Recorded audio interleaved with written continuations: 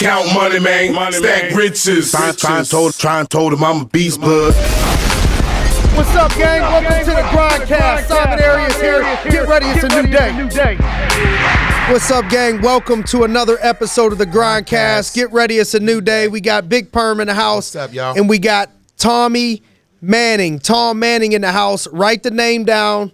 Remember the name. He's already making big waves in college football. He's the offensive coordinator at Iowa State right now.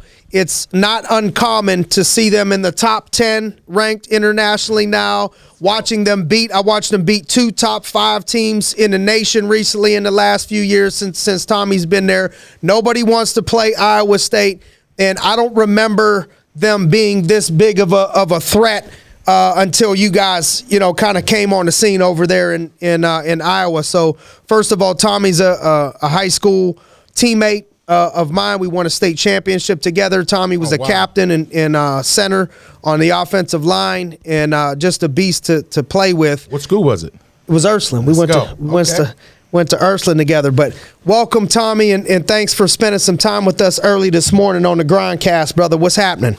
Nothing, man. No, I'm excited to do so. I was up ready to rock and roll this morning. Fired up to get going, man. We got you and we got Perm, so we're gonna be in great shape. Yes, sir, man. Yes, sir. What? So you guys been around playing for Ursula. How was it? Now you guys been apart. You guys won it 21 years ago? 21 years ago. 21 years ago. You believe that, Tommy? No. That was like 5 months ago. Seems like, right? Yeah, it's crazy. So how was it playing with you guys? Like, how was it playing against? Playing with each other. So I'll tell you first, playing with Tommy, it was cool because I didn't realize this until when we played Little League football. I grew up on the east side, and until I really found a home, I would play football in Camel, Ohio, where my grandmother lived. We would use her address. I played for the Little Red Devils, and we had a bomb squad. We had a good team.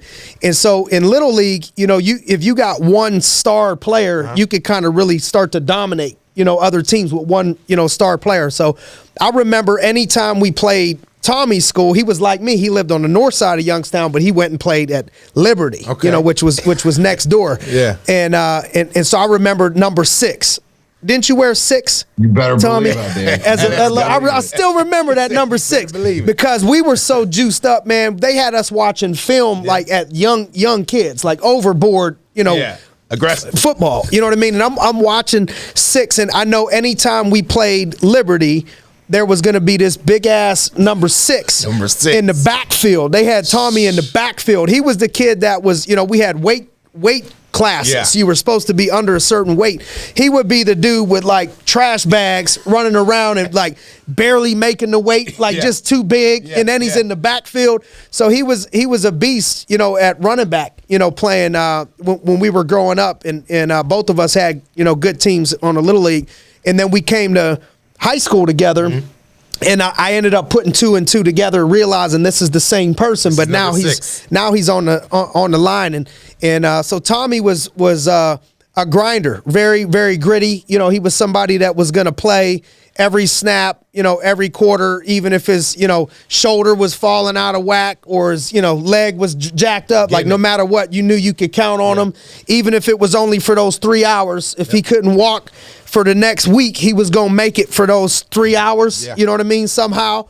And so Tommy I would describe as like a hard-nosed person. Also was a good balance of leading by example, but also a vocal leader. I think there's 2 different types of leaders sometimes on the team, the people that lead by example and the people that are, just like that motivation, that vocal leader. Tommy, I feel like, had a good balance of both of those things, and then a unique ability to connect with people from all different walks of life, which I think, came from him growing up on the north side. So on the north side, where Tommy grew up, it's not all a predominantly white area. It's actually, the north side was more of a African-American area. And so he was used to, hanging with everybody. So he was cool with everybody. And Ursuline was like a melting pot for sports. Was we would have on at 11 players, we would have 6 or 7 guys that were African American, 4 people, 3 or 4 people that were white people, and then every once in a while they threw me and Lewis in the mix, and we would be the token Hispanic to represent people out there. But Tommy would be able to connect with everybody, and man, it was really a pleasure to play with Tommy. He was 1 year below me. He was a junior when I was a senior, and I remember my junior year we were 5-5, and my senior year, going into that senior year, Tommy's junior year, we started to speak about we're going to win a state title. It was never done before in our high school history, even though it was a long tradition powerhouse, for football. And we went out and did it. We went 14-1, won a state title, and I was one of the leaders on defense, and Tommy was somebody I could count on to lead, on the offensive side when we needed to bite down on our mouthpiece, a little bit. And so it was cool to play with Tommy, and Tommy, I'm just super proud to have you on the podcast today. When it comes to after high school, here we go. You went to Mount Union. Mount Union, if you all don't know, is a powerhouse, traditional powerhouse in Division III college football. Did you guys win a national championship while you were there? Yeah, I won 2 of them there as a player. And so we were really fortunate there, and just like you alluded to, I ended up going to school there because I felt like it was the closest thing that would resemble or at least make me feel like that the unity and the things that we had on our high school football team, being able to continue that kind of through college. And, I think I'm one of those guys that I'm not the smartest guy in the world, but I know what's good for me. And, the environment that I think we helped cultivate, our coaching staff helped cultivate there in high school. I felt like, man, that thing could be carried on into the college atmosphere, and knowing that I kind of yearned for that and enjoyed that part of it. That's where I decided to go, and I knew I wanted to coach football, and I felt like, man, with my limited skill set, not very talented, this is probably the best place for me to go, where I can be around really high-end football coaches and learn what that looks like. Yeah, so then from Mount Union, what happened from there? Like, how did you go? What was the coaching journey like for you from there? Well, our head football coach at Mount Union, Larry Karras, who is the all-time winningest football coach in college football history, and has had a profound effect on my life. But his thing has always been he's won 1 million national championships. It's never been about that, but it's always been about, do you have the ability to grind out good days? And the elite teams and those kind of things do it. So really my trajectory, or my tour of what I've done in a career from there has just been grinding out days. When I got done playing football, I became a high school football coach. I was teaching 6th grade social studies, which was strange. It was different for me. I was in a predominantly white area, which was really different for me, and it was a great job. I loved it. But I felt like, man, I could do this job for 30 years, and I don't know how many people I'll really affect. I don't know if I'll ever really challenge myself. So I decided I wanted to get in college football. So I took a graduate assistant job at Emory and Henry College in Southwest Virginia. You probably have never heard of it. Never. I got a friend named Emory and Henry. That's right. That's about right. And it was culture shock for me. It was the South, man. Seersucker suits, the whole deal. Like, it was wild. And how long were you there? I was there 1 year as a graduate assistant, then I was there 1 year as the offensive line coach. So people don't understand sometimes, like when you talk about the grind, if we could rewind a little bit, you said the grind out the days, maybe explain what that means. And then also, like, being a GA is a grinding out experience. It's not highly compensated. You know what I mean? It's a lot of grunt work, leading up to the part. People could look at you and think, oh man, how lucky he is. He's getting paid a good amount of money and get to go hang out in Florida, sometimes during the off season and coaching at a big time program. But did they really look at what you did in the beginning, the sacrifices that you made, like, because you didn't get to just skip the line and go straight there. Talk a little bit about that process. Yeah, well, I think first going back to what we were talking about in Mount Union, I think the most interesting thing about there, we're ultra successful, but we've never talked about winning championships there. We never talked about, hey, we're going to go be the national championship or we're going to go do this. I think the biggest thing for us there was it was a one-day snapshot every single day, 365 days a year of what do we have to do today. And I think it's in vogue, like in sports, to have a slogan, right? Win the day and all that stuff. And our coach really wasn't like that. Not really resonated with me that he was going to speak to us like men and explain it to you like, no, listen, every day that you're alive, you're going to be challenged in a variety of different ways. And life is really all about choices, right? And we don't have many things that we can control in our lives every single day, but greatness is a choice. Yep. And we have those little moments every day where you can make the decision, do I want to do X, Y, or Z? And those things stack up. And I think his mindset every day of, listen, man, there's going to be days in football or in life that it's going really good and you're going to have a good day. Yeah. But most of the days, particularly when you're involved in a competitive environment or in sports or in business, most of the days there's more of a challenge and you're going to have bad things happen. And you have to make that choice of, am I going to be affected negatively or am I going to have the ability to just grind out good days? And I think we all you don't need to define it. I think it's all kind of intrinsic. Like, when it's going bad and you answer to adversity positively and you can just kind of squeak. But that is what we felt like was our competitive advantage, because when those things happen in games, and man, your level of poise and composure rises when you spend your day consciously making efforts to change the narrative and change the negative things that may happen in a day. So that's kind of how I really, really enjoyed that. What tips would you give, or what tips did you learn from Larry? I believe you were saying you got some of this stuff from, when things are going negative in the day. When you do have those moments, because I think this is really what starts to separate amateurs and professionals is, there's a level that people can play at when everything is good. Weather conditions are perfect. I don't have a cold. I'm not injured. Everything's good. And you're playing at that level. But really what starts to separate people is how can you play when the conditions aren't perfect for you mentally, or things aren't going perfect in your personal life, or what's going on. Can I still come out here and perform at a professional level? What tips would you have for someone that's maybe has that come up in a day and they're trying to learn how to, when obstacles pop up in the day or the day isn't going perfect, how to mentally grind that out or win that day, so to speak?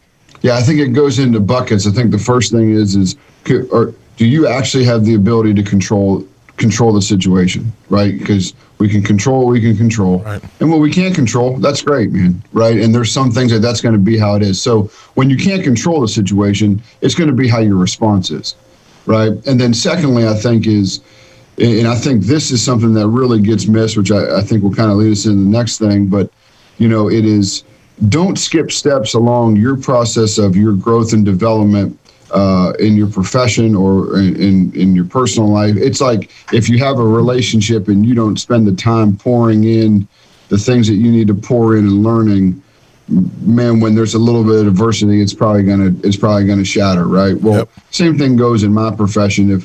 If you don't do the work from day one to wherever you get, man, and you start to you get into adverse situations. If you don't do the work, there's a thing, it's the seed of doubt. And I really believe we have to do everything in our mind, like in our team, we have to do everything to eliminate our seed of doubt, right? So if there's doubt in your mind about maybe the way that you have trained, prepared, and man, it's not perfect, you're going to intrinsically doubt yourself. Right.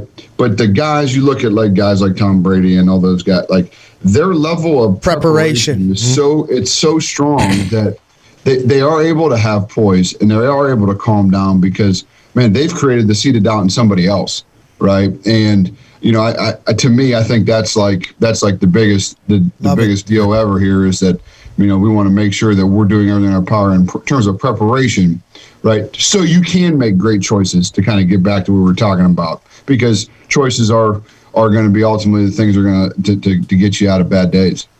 Tell us about the grind, coming from a GA. For some of the listeners, they might not all understand what that stands for, the GA. And then talk about, all right, I was the GA at Emory and Henry. And then how did that process go to getting to where you're at? And what are some things that people may miss when they look at it and they see you on TV or something like that and think, oh, man, he got it good. But missing the where you slept as a GA, or what film you had to break down, or what technology you didn't have at that point. All those small things and decisions that you could look back on now and say, okay, I see how that piece fit into this piece of the puzzle, and where most people miss it or quit in this process. Maybe rewind the tape and help people understand how you went from that point to currently where you're at right now. Sure. So. A graduate assistant, it's pretty much the lowest level in terms of on the coaching staff. Those are the guys they're a graduate student. So universities or colleges are going to pay for, your graduate school, and in most cases, you're really hardly able to actually go and get a meaningful degree. And you're like. You're always on call, right? You're doing all the jobs that literally nobody wants to do. That's why they got you there. Yeah. And from making copies to washing people's cars to, videotape. Pretty much, you're the guy that when everybody else goes home, you know that you're going to be there for a long, long time. Whether it's, man, you really don't even need to have somewhere to live, because you can probably just live at the football building, right? And so for me, I started as a graduate assistant in Division III football. I made about $8,000 probably my first year. After 2 years at Emory and Henry, I went to University of Toledo as a graduate assistant. So I was there as a graduate assistant for a year. Then I was there as the director of football operations, which really wasn't much better. I left after those 2 years, went back to Mount Union College as a position coach there. And then after that, that next year, was fortunate enough to become the offensive line coach at the University of Toledo. Did that for 4 years.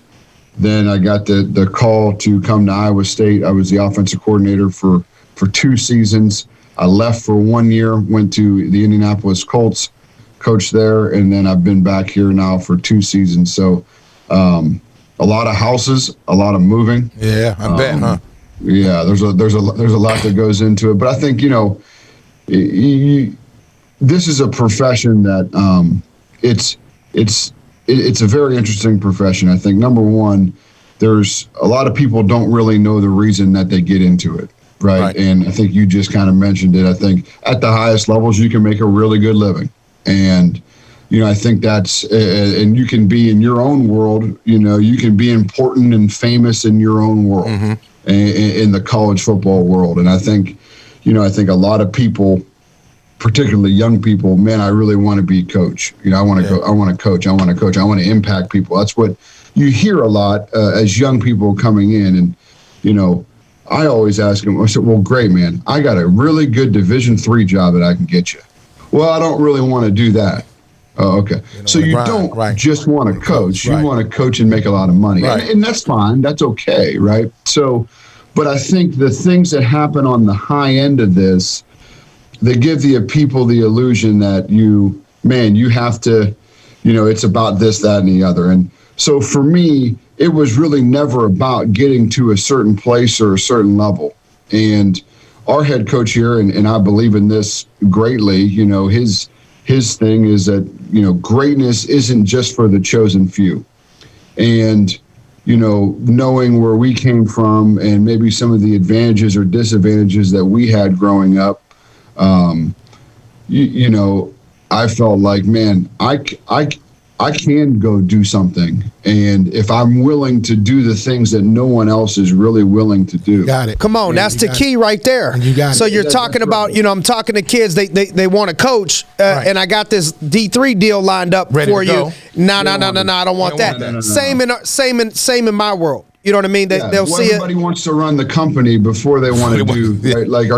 Like, the studio we're in didn't just get built, right? Like there's a process to how everything happens, and you can't skip those steps. And, a lot of the guys that maybe I played with or friends of mine that, there's a part of it was, man, he's with, because I played with our head football coach. He was a Mount Union guy as well. Well, Tommy and Matt, they kind of always been together. Like, yeah, we have, but you weren't willing to do the things and give up things. Right. And not be with your family and not sleep at home and maybe some of the other comforts. Right. Because for whatever reason, maybe that wasn't intriguing to you, or maybe you weren't tough enough. Right. And Amen. And that's what I think, like I knew you were going to do something great because as a player, knowing you, like toughness to me, and I learned this from Frank Reich with the Indianapolis Colts. His saying was, toughness is a relentless pursuit to get better every day and an obsession to finish. And, guys that have that, like toughness isn't going to a bar and punch somebody in the face. It's called being well, you can, right? That's not good though. Yeah, right. But toughness is the guys that have a relentless pursuit to get better and an obsession to finish. And, I think the people that you look at that are successful, when you have that real toughness, it gives you an opportunity to continue to climb the ladder and get to where you want to go eventually. Right. And certainly I think in your case, it's held true, and hopefully I can continue on to kind of move in that direction and keep doing what I got to do. Well, talking about playing, you were talking about players. How was it playing with this guy? And what was it? What the transition was? Did you ever know back when you were playing with him that you wanted to be a coach? I knew right away. Yeah. For me, there was I didn't know what level, because I believe coaching is coaching. Right. In whatever level you choose, that's awesome, right? That's the area you decide to go into.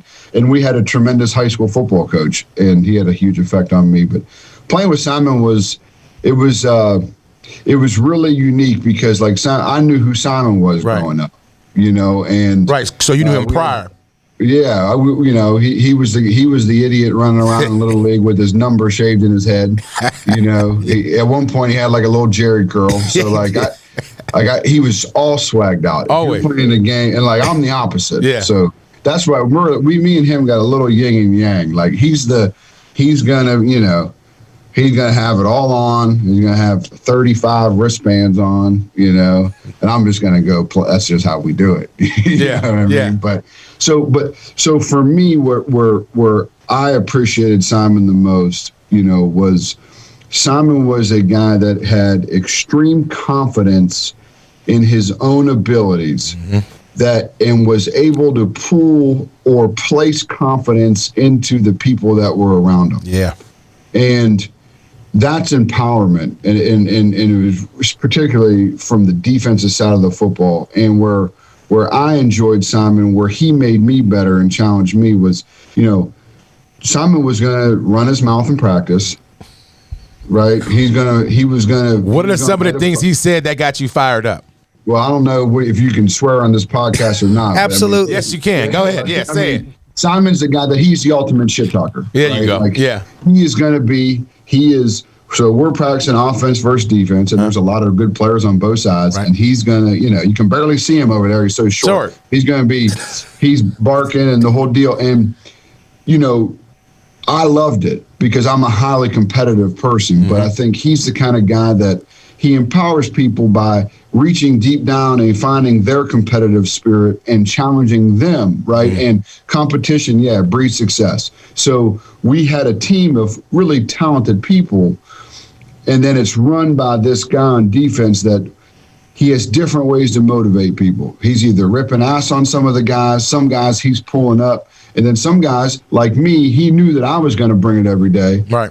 Well, his way to motivate and kind of get everybody else going is I'm going to run in my mouth at him. Yeah, well, you can't run the ball against us. Da, da, da, da, da.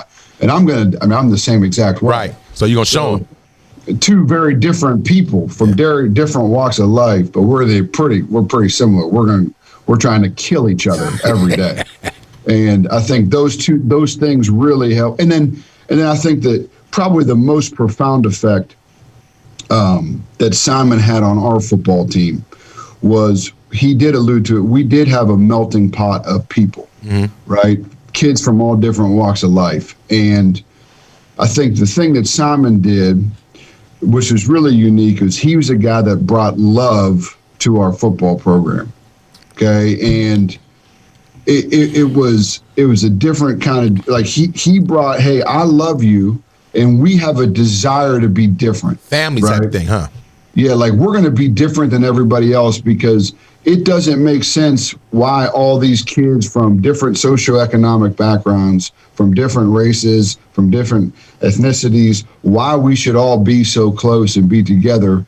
But Simon was really the ringleader, right? And there's a lot of great leaders on that team, but really the ringleader in saying, like, no, man, like, that stuff, it's not real. Like, what's real is that I care about you, right? And we're going to go do something. And one of the things that we teach our kids here is there's really two kinds of people when it comes to competitive sports, right? Or business or whatever. Right. It's the guy that wants to, you either want to be somebody or you want to go do something.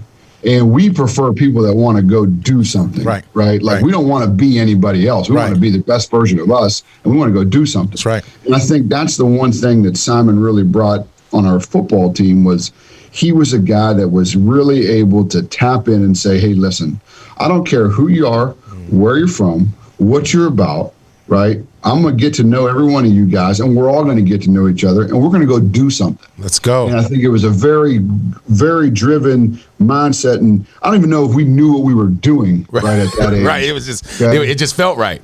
We did, it felt right. It just felt right. We like to play ball and let's go beat somebody's rear end. Right. So, you know, to me, like, that team, there's still so many things that I take, and I've been in football for a long time now, that I take from that aspect that I really think has profoundly helped me. I was going to ask you that. Yeah. It really has. So some of that, the right way. So back in that era, that helped you along the way, like still now. Absolutely. Yeah. So you still hear that fire from this guy, and you have your players going out there and doing that. Yeah, like, Simon's a guy that if he decided to get into coaching, he'd have been really, really good at that too. Yeah, you know, he would have been really good at that too. Maybe I'll come wash cars for you one day or something, and beat a GA and have some fun and there you go. And see what we could drum up. The GA for me, I would grind your ass. I would grind your ass to a halt. Come on, that'd be great. That'd be great. The you know, coaching young people, you know, I think, you know, is something that's unique. You know, a mentor of mine has been Coach Tressel, and what I've pulled a lot out of Coach Tressel is, here in business, I've tried to develop a young culture, not necessarily always young in age, but you got to at least be young in the way that you think. Very similar to coaching, because if you're, you know, 35, 40 years old with kids and all that, you can't be so separated from the 18, 19-year-old that you can't relate to them. So you have to stay with some form of a young thinking, just like Vivo was with us, you know, in high school and stuff like that. So coaching young people, what tips would you have for someone that coaches young people? Maybe tips you would have for me or some of the listeners that coach young people, whether it's in sports or in business. Any tips, leadership stuff that you could give us? Yeah, I think the first thing to steal from Coach Tressel, who used to say it all the time, is that the kids don't care about how much you know until they know about how much you care, right? That's Coach Tressel, like, 101. And here's the thing I think that gets kind of funny with leading young people is, you know, adults, they don't give young people the credit they deserve. Young people are really, really smart, and their barometer to tell what's real and not real, regardless of what their education may be or where they're from, like, they know real and authentic, and they know people that are faking it. And so I think the first thing, if you're going to lead young people, is you better be yourself and you better be authentic. For sure. And the guys that try to fake it, man, like, hey, I'm going to, you know, they try to talk to kids in a different way. It doesn't fly. The second thing is how do you establish trust? Right? Trust is a really hard thing to establish with people, but you do it by example, by speaking to them with the truth, and by trying to show them ways that, hey, listen, man, I am here for you and I'm consistent in your life. So young people are very willing to trust if you give them those opportunities to trust in you. So, like, I would say this, in leadership, obviously we know it's really about relationships. And with young people, that's even more important than, man, just out there in the regular workspace. But with young people, I really believe that the saying, everything matters. So for sure. if you're trying to lead young people and you're talking one way and you're living different, like, they pick up on it right away, right? If you say one thing and then, man, you change that narrative to something else, like, young people pick up on it right away. They're really intelligent people. So for me, it's really about, I'm going to earn your trust by doing the right thing, okay? And I'm going to earn your trust by being authentic to who I am. And, man, from there, leading them is really easy, right? It's leading yourself, and young people are going to follow along that path. Right. But I think being authentic, like, it's okay to be corny with them. I think sometimes people, when they lead with young people, they want to, man, I'm going to try to look cool and I'm going to act cool. Like, I'm going to be myself. And sometimes I am a little corny, you know that, like, but that's just how it's going to go. And they're either going to love you for it or not. Right. So to me, it's just about, and understanding too, that young people do not have we live in a world of instant gratification, and there's social media and there's things, and they think that it just happens right away, whatever it may be. Right. And trying to teach those people that there is a process, right? The same way it's going to take me time to earn your trust is the same way that everything else in this world is going to have to happen. There's going to be a process to everything that you do. And the sooner we can understand that, the better we're going to be. Mm-hmm. Love it. Speaking of process, part of the process is, you've won more games than you've lost.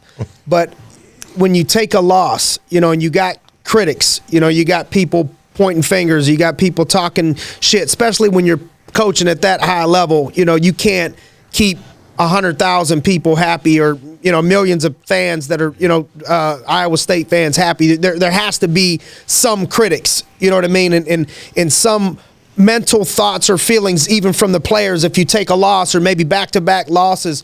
Talk to us about maybe blocking out the critics, or how you've handled the critics and how you've bounced back from losses. Yeah, I think the first thing is the media, the critics, you have to establish in your own mind that they don't understand what you do from a day-to-day basis and what you have sacrificed and what you do every day. So they don't know, right? Like, so you can't blame them, but they don't know you, all right? They know what they see or what they think they see on the weekends, right? So our opinion of it, and Coach Haycock, who was with Coach Tressel for a long time, I think, and you may have heard this comparison, but the critics, the media, all that stuff, it's poison. And if the good media, right, that they tell you do a really good job, that's poison.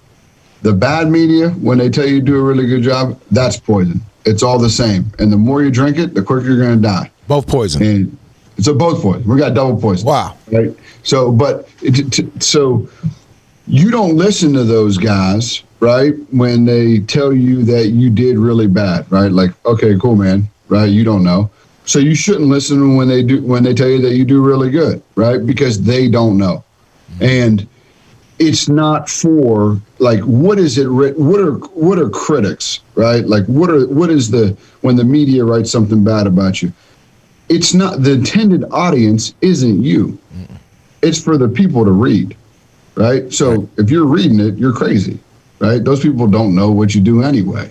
So, and it's easy to say that. It's still hard though, right? Yeah, There's course. a human element that is a challenge.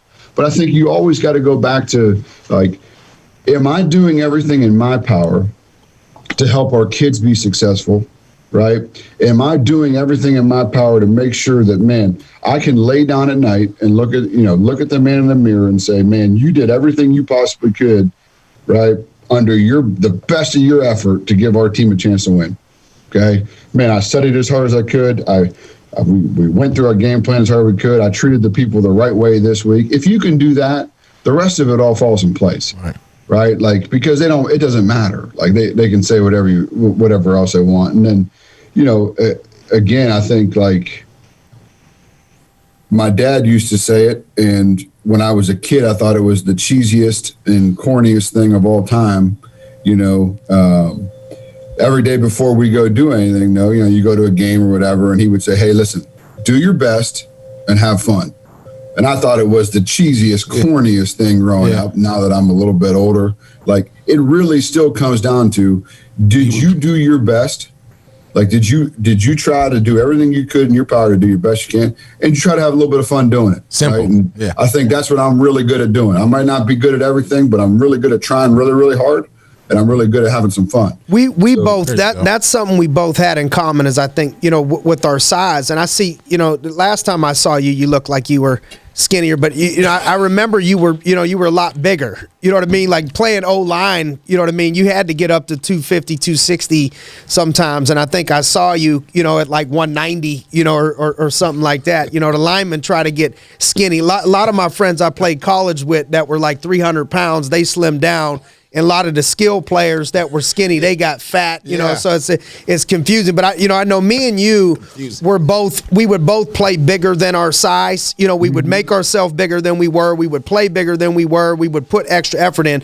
And as a coach, watching players and being around other coaches, what stands out to you of what has separated the greats? Maybe you see people that come in with equal amount of talent, or the person that you recruit that has high levels of talent, and then you have somebody that's a walk-on, or somebody that maybe was barely got a scholarship to play, and then 4 years or 5 years plays out, and one of them has a better career, or coaches that were really talented that didn't go as far.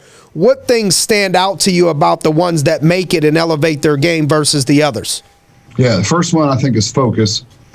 That the people that that end up doing it and doing it at a really high level, they have the ability to separate and ignore the noise and have elite focus on what they're doing, right? So in order to be focused, obviously you're going to have some goals and things that you already know, but focus is the first thing. Most people that are super talented, right, I shouldn't say most people, but a lot of people that you see, maybe they don't reach their potential, that are super talented, they don't have the ability to ignore the noise, and they can't focus on what are the things that are really, really important for you to continue on. And it's just like anything else. If you're really focused, if you're really talented and you say, hey, I'm going to go play in the National Football League. Oh, are you? Are you really? Like, because you're talented? Well, yeah, everybody's talented. But do you have the focus to say, hey, listen, okay, I got to understand, I got to do this, this, and this. And it's going to be really, really hard for a really, really long time. But I can set my mental parameters on these X, Y, and Z to make sure I get there. The second thing is I think they have the ability to, and the phrase we kind of use around here is they win in the dark, right? They're willing, like we talked about, the sacrifice of, they're willing to do those things that no one else wants to do when no one else is watching. The way that they carry themselves away from maybe their practice field or whatever they're doing at home. Do all the things that I do, the way that I eat, sleep, can take care of my body, all those things. How do those things line up, even as a coach, okay, as a player? But those guys have elite focus. They're really willing to win in the dark.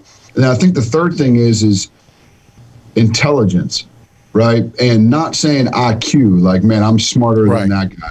But I think the people that have separated themselves that I see, they have a real judgment on what their actual intelligence is, right? They're not, sometimes really smart people think they're even smarter than they are, right? Sometimes people that aren't real smart, they don't really understand that they're not real smart. But I'm talking about intelligence where you have the ability to self-reflect and say, hey, listen, I'm really smart in this section, this, and this, but I need a lot of help in this area and this area. And people that are just intelligent enough to say, man, can you help me grow in this area, right? I think that's a really, really big thing, because when you have the ability, if you're intelligent, in my mind, you have the ability to autocorrect, right? You have the ability to listen, hey, man, I know I'm not doing this right. Okay, good. I'm humble enough. It takes humility. Got to have that humility, because you could be intelligent with an ego and not want to ask questions. Absolutely, right. And a lot of those intelligent guys, man, sometimes they're so smart that they think they can't learn anything. Right. So I think just having a realistic idea of who you really are. One of the best players in the NFL right now, one of the best players that I've been around, wasn't really the smartest guy ever. Okay, but he really understood, man, here's some things that I really am going to struggle with. Right. So I need to get help in these areas so I can continue my focus on the things that I got to work on, right? And on my craft and all those kind of things. But I think that's really big. And then I think the last thing probably is just, they're authentic people. But they're willing to learn and grow, right? And guys like the guy that I work for, Coach Campbell, he's had a lot of success at a really young age. And every day he's trying to find a way, how do I move the needle forward? Amen. How do I make sure that my priorities are right, or my players are doing this? And how do I get better? What's out there that we can get better? Like, right now in our deal, we are in a phase of professional development. Well, we just had the best season in school history, right? We just won the Fiesta Bowl. And we're spending 4 weeks on how the heck can we move the needle forward for our football program, but how as coaches can we move the needle forward for us and our personal growth? Maybe it's from an X and O standpoint. Maybe it's just from whatever other standpoint in our personal lives. So I think we understand that that's really, really personal important. growth and continued development is huge. I found it to be huge. I think people stop trying to improve sometimes when they start seeing some victories. Talk to me about the grind. Just the hours. Like for me and you to do this podcast, I got up at 4 so I could work out all that. I was excited to get on here and see your face. And we started at 7:30 in the morning. That's the only time we could really find the time to do this. Talk to me about what it's like to, what are the hours like that people don't see in order to have the best year in school history? It's not a 9 to 5 deal, to have those relationships, and you have children and you have a wife. How do you grind it out? How do you make that all work? What does it really require in the form of time and effort and energy to coach at that level? Yeah, I think the one reason I like college football is I think there's different calendars, right? There's season, there's out of season, there's recruiting, there's a different section, so the year's never the same. But for instance, if you're looking at what it's like in the season, I mean, you're roughly going to spend 100 to 110 hours a week, probably. Come on. That's the grind. Yes, sir. That's the grind. I mean, like you really don't, I'll get here on Sunday mornings. I'll be here till 10, 11 o'clock, and then, you go Monday. Monday's a really big game planning day for us, right? So I'll be here as early as I can get here, and then we'll stay till as late as I possibly can stay. I stopped sleeping in the office. That wasn't good for me. But then Tuesday, we kind of do the same. Wednesday, we cut back a little bit, but I'll still be there till 9, 10 o'clock at night. I typically get there 5:15. Thursday's a little bit earlier, so my short day would be Thursday. I typically get there 5:30 in the morning, and man, I get to go home at 6:30 at night. That's our short day, 13-hour day. That's a quick short day. Yeah, I got you. And then, Friday you're staying at the hotel before the game, and then, Saturday you're playing the game and then going home, usually watching the videotape and starting all right back over. So, It is a grind during the season, but that's what we love to do, right. And that's to us. Our ability to grind as a coaching staff, we still feel like is our competitive advantage, because we haven't hired a lot of guys that were like, nobody on our staff was born on third base. Like everybody has a very similar story of they started here and then they did this. We're a bunch of nobodies, and so our competitive advantage is, man, we feel like we can work harder than anybody else, or we can work smarter than anybody else. And we've really had to be intelligent with that, because we have burned ourselves out at times. Right. And, but in the season, that's just the way it is, what's really hard about the grind part of that is, you still have a wife at home and you still have kids at home. And number one, I couldn't do it without her. Right. But you have to make the seconds count. So when you're not here at work, you're coming home, you're exhausted, but you got to grind it out there too, right? Yeah. And, and then then the off season's a little bit easier. I mean, there's portions based on a couple of, recruiting's this. It gets crazy sometimes. A lot of travel in the off season, where there's a block of 4 or 5 weeks, and then there's another block where, man, you're really, really traveling all over the country and you're never home and all that kind of stuff. But we try to do a really good job in the off season of kind of calibrating ourselves a little bit. So it's, we're spending a little bit of time at home, but it's a grind. Shout out to your wife, man, and the support. It takes a special woman to support the grind. Definitely. I got one. I got lucky that way. You got one. I think the people that I've seen that have had that level of success and also been able to make it all work and everything at home, on and off the field, have that support system, that person, that spouse that understands it and holds it down. Also, what have you seen from your wife that stands out? From because I've seen other people not get the support and it kill their career. You know what I mean? Like just the nagging. At home. I had a friend of mine. I'm not going to say who. But I had a friend of mine tell me, one time, and this is a person that loves marriage, believes in the Lord, loves people, all of that. But he said, I just realize sometimes if they can't get the support, I don't know which one it is. I don't know. Either you got the wrong wife or you got the wrong job. I don't know which one it is. Maybe you got the wrong job and you need to do something else, or maybe you got the right job and you made a bad choice. I don't know, but I know to have the success that you've had over there consistently, it comes from that, a lot of that being able to do what you can do is having that rock, having that person at home that is not beating you down, constantly, and understands the moving process and, all of that stuff. My friend just got the coaching job for the Chargers. You and I were talking about Brandon Staley, and I've watched his career bounce from, John Carroll to all over the place, to Chicago, to Denver, to this place, to that place. And, I know he's moving around, a family and kids and stuff that people don't see. What things stand out to you about your wife's support that's important? Yeah, well, I mean, I think the first thing is what has really helped us is that this is the only thing that she knows, right? So, she started with me when we couldn't do anything, and she supported me through the whole way through it. Mm-hmm. She bought her, we were going to get married, so we go to get an engagement ring. I had to bring her to the place to go buy it. Like, she had to pick it out and buy it because I couldn't buy it, and so this is the thing that she knows. So that has made that has made everything probably a little bit easier, right? Like, came up in it with you. Yeah, it's kind of what we do. I mean, we've lived in 8-10 houses in however many years, but I think the first thing is that, number one, I think she keeps me grounded, right? Like, I always laugh, like, she's not impressed by me at all. Which I always say, like, she actually hates me. Like, she thinks I'm a joke. You know what I mean? Yeah. Like, they always do that, right? Anytime anybody tells you anything good, she's like, nah, whatever. He ain't that good. Yeah.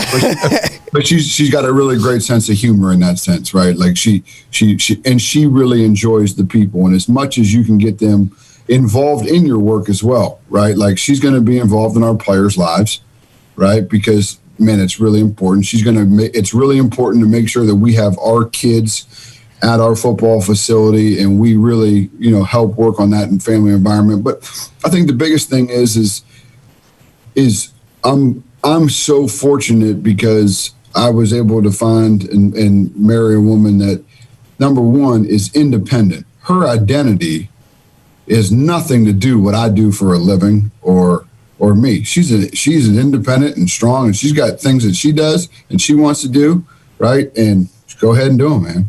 Right. And then I'm really fortunate that, she takes care of these kids, and really is a great mother to them. But the biggest thing I think is it's like everything else, right? Especially in this deal, like, ego is still the enemy and it's still the thing that kills. And a lot of times in this profession, what happens is there's ego with coaches, and there's ego that gets carried down into and through their families, and it becomes a whole different thing. And a lot of times that's a big problem at home.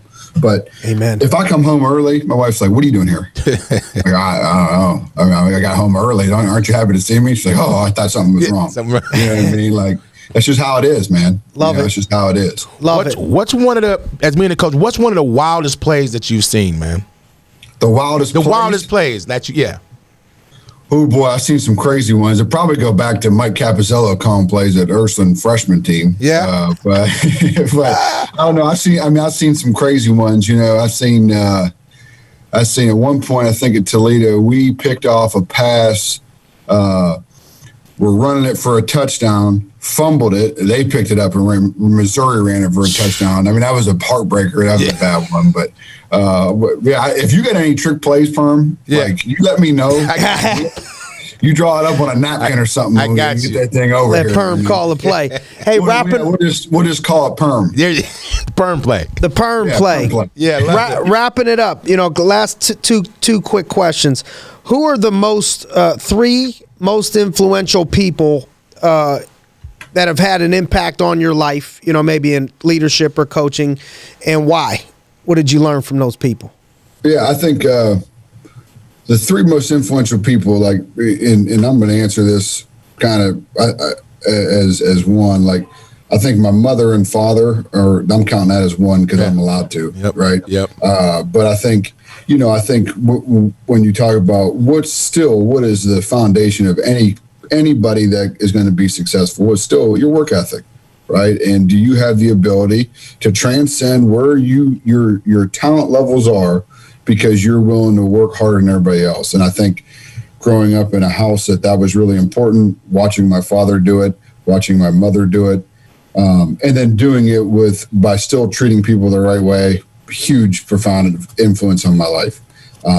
Secondly, I think, and really, it's really the coaches that I had, because I think outside of my parents, Jim Vivo, Larry Karras, and then the guy I work for now, Matt Campbell, those are all guys that they were the reason why I wanted to get into coaching, because, those guys really helped me as a young person, really saved my life probably, just because they gave me a purpose to do something. And on top of that, I think, I owe them so much in my own profession, from not only from a professional development standpoint and putting me on a career path, but also from the learning of the tactical side of football, the learning of the technique side of football, and then learning how to do it the correct way with great character. And I think those guys are, and then lastly, probably my wife, Sally, that,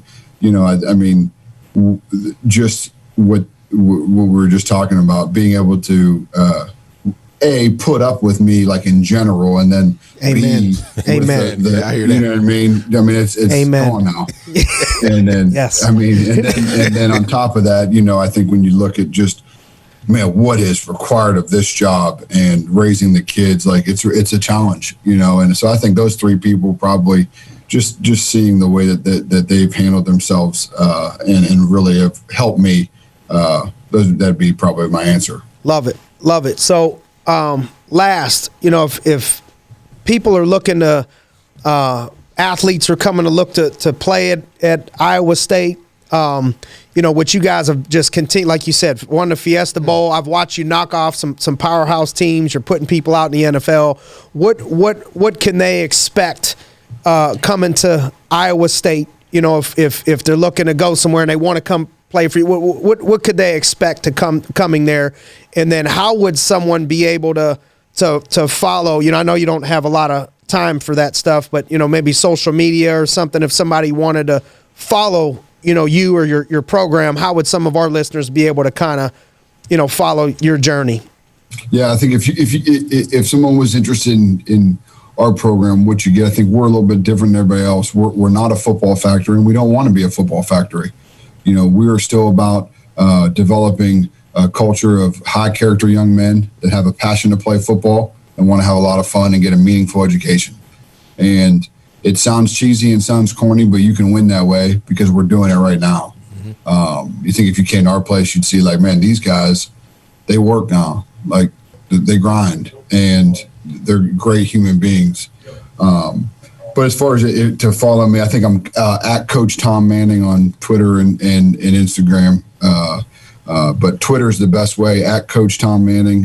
You can send me anything, video and all that kind of stuff right through there. That's probably the easiest way. And we're always looking for good players. So let's go. Love it. Appreciate it, man. Thanks for joining us on the grind, man. Super proud of you, man. Keep up the good work, Tommy, and anything that I could do for you, let me know, man. Thanks for your time today on the Grindcast. Thanks for joining us on another episode of the Grindcast. Get ready. It's a new day. Count money, man. Stack riches. Try and told him I'm a beast, bud.